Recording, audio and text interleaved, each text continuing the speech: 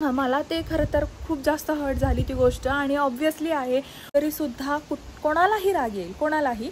So मग मला पण खूप जास्त राग आला होता. सो मी त्या कमेंटला रिप्लायसुद्धा केला आणि मला वाटत नाही की मी काही चुकीची कमेंट केलेली आहे तिला, चुकीचा रिप्लाय केलेला आहे तिला.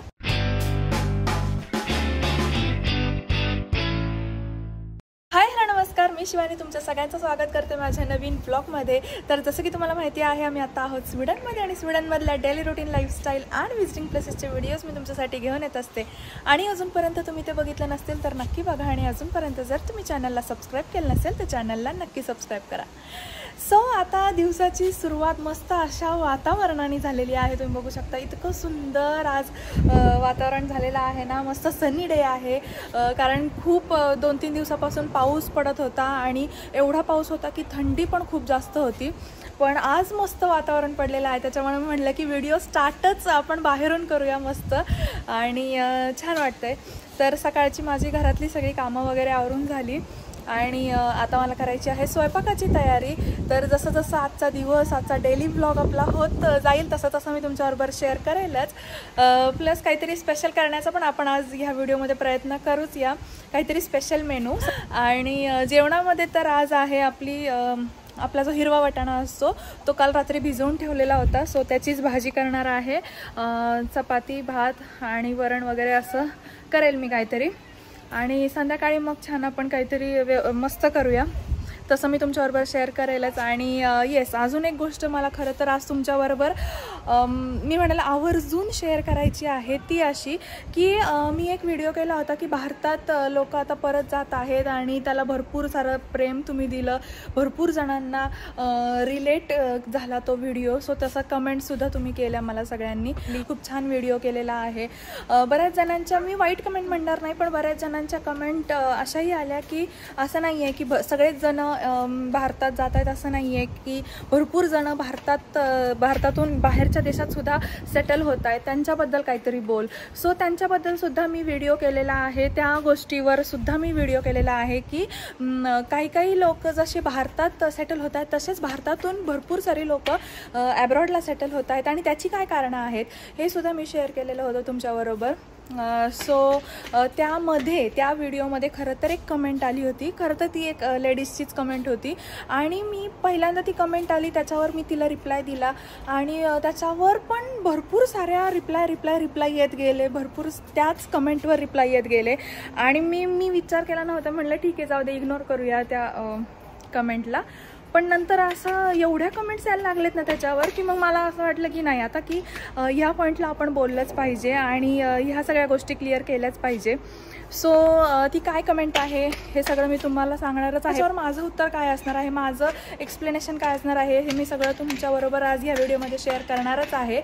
तर चला, आता दुपारचं जेवण वगैरे झालं आणि त्याच्यानंतर छान फ्रेश झालेले आहे मी आणि आता चालली आहे ग्रॉसरी स्टोअरमध्ये. खरं तर थोडंफार सामान घ्यायचं आहे तर मग ते पण घेईल. आणि विहिका आणि विक्रांत जे आहेत ते ऑलरेडी पुढे गेलेले आहेत, जाता जाता आपल्याला ते दिसतीलच.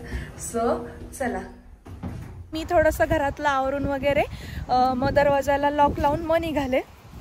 आणि जाता जाता आता आपल्याला विक्रांत आणि विहिका दिसतीलच. कारण ना विहिकाला मी तुम्हाला दाखवलं होतं ना, सायकल घेतली होती. सो ती रोज संध्याकाळी आणि जसा वेळ मिळेल तसं सकाळी सुद्धा खाली येते आणि पप्पा घेऊन येतात किंवा मी घेऊन येते. मस्त अशी खेळते सायकल. आणि पहिल्यांदा तर तिला ना व्यवस्थित जमत नव्हतं की हँडल आणि पेंडल वगैरे मारायला व्यवस्थित जमत नव्हतं. पण ना मी तुम्हाला खरं सांगते, ती एवढी लहान असून सुद्धा तिने ना अगदी 4 ते 5 दिवसामध्ये पूर्ण सायकल चालवायला शिकली. म्हणजे एवढं भारी वाटलं ना आम्हाला की किती छान सायकल चालवते आणि मस्तच. मी तुम्हाला दाखवते आता, ती सायकल चालवतच असेल तिकडे पुढे. सो इथून थोडेसे दिसत आहेत बघा, एकदम पुढे गेलेले आहेत ते.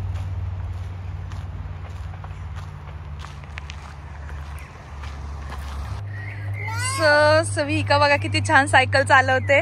चल चल चल, तिला आधी धरावं लागायचं हँडल, पण आता अजिबात धरावं लागत नाही. एकदम तिची पॅन्डल मारते, हँडल वगैरे सगळं ती व्यवस्थित करते एकदम.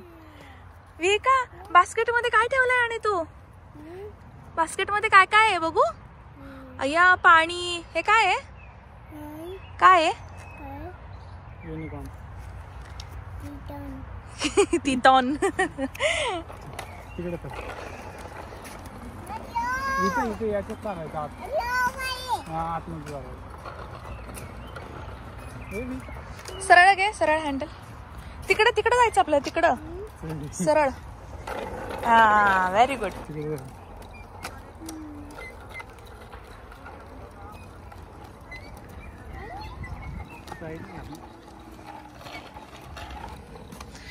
मस्त चालवते विहिका सायकल नाही का?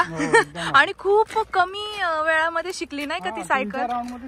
3-4 राऊंड मध्येच ती शिकली. आणि तुम्हाला कधी मिळाली होती सायकल? लहानपणी? लहानपणी मी शिकलो. हा ते आपलं असतं ना 1-2 रुपये देऊन 1 तासासाठी. हा हो बरोबर, तसं मिळायची ना सायकल. बाकी मग सायकल मला 8वी मध्ये वगैरे घेतली असेल बघा. 8वी मध्ये. ओ काय ग विका? हो चला चला. आणि शिकले कधी तुम्ही सायकल? शिकलो लहानपणी एकदम. तुला सांगितलं ना 1-2 रुपये ते द्यायचे असतात 1 तासाचे. आणि मस्त पूर्ण आम्ही मोठा राऊंड मारून. आणि मी तर 3री मध्ये सायकल शिकले होते. अशीच होती विहिका सारखी एकदम छोटीशी सायकल. 3री मध्ये शिकले होते मी सायकल. आणि चल चल चल.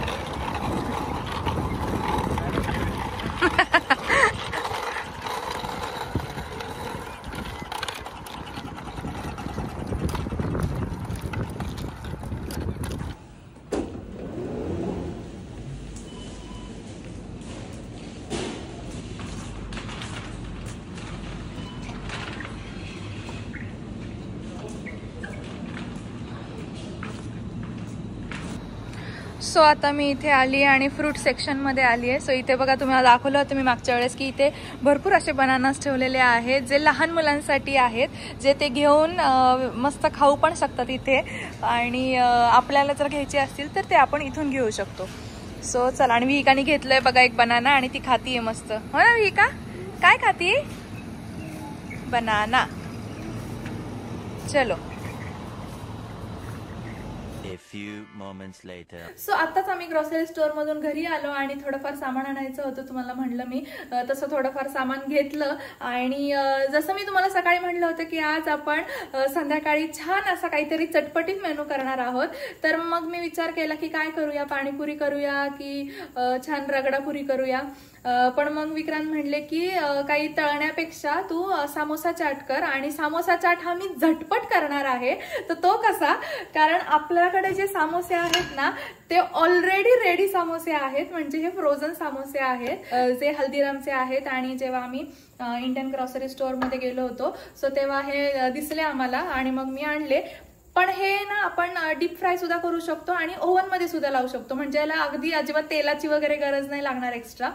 तर आता हे बाहेर काढून ठेवलेले आहेत, थोडेसे नॉर्मल टेम्परेचरला आले की मग आपण ते ओव्हन मध्ये लावणार आहोत. तर छान समोसे गरम झाले की मग आपण समोसा चाट करायला घेणार आहोत. त्यासाठी मी कुकरमध्ये हिरवा वाटाणा आणि जो बटाटा आहे तो उकडायला लावला होता. त्याच्यामध्ये थोडीशी हळद, मीठ आणि तेल टाकून.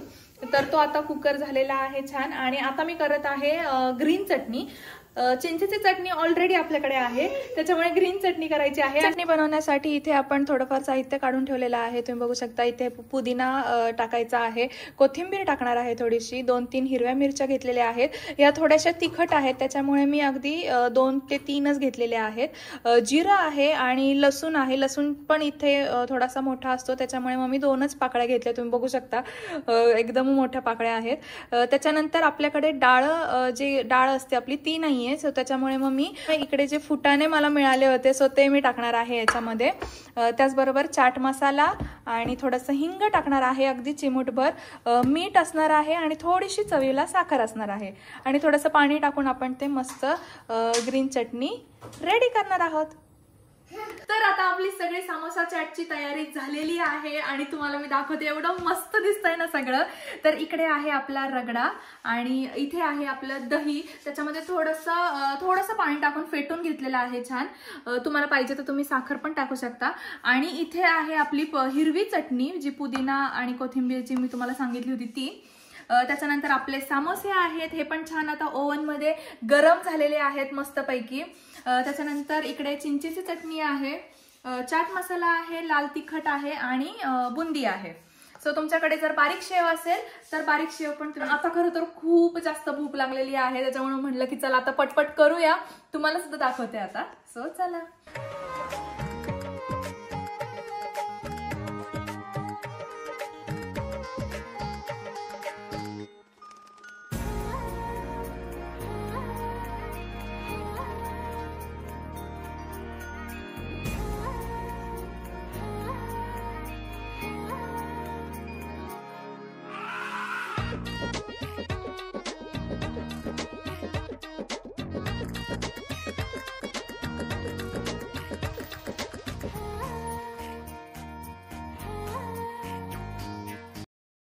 आपला समोसा चाट रेडी झालेला आहे आणि दिसतानाच तो इतका टेम्पटिंग दिसतो, इतका यमी दिसतोय ना, मस्त. आणि आता छान खाऊया आपण आणि तुम्हाला सुद्धा सांगते की कसं झालेलं आहे. सो चला.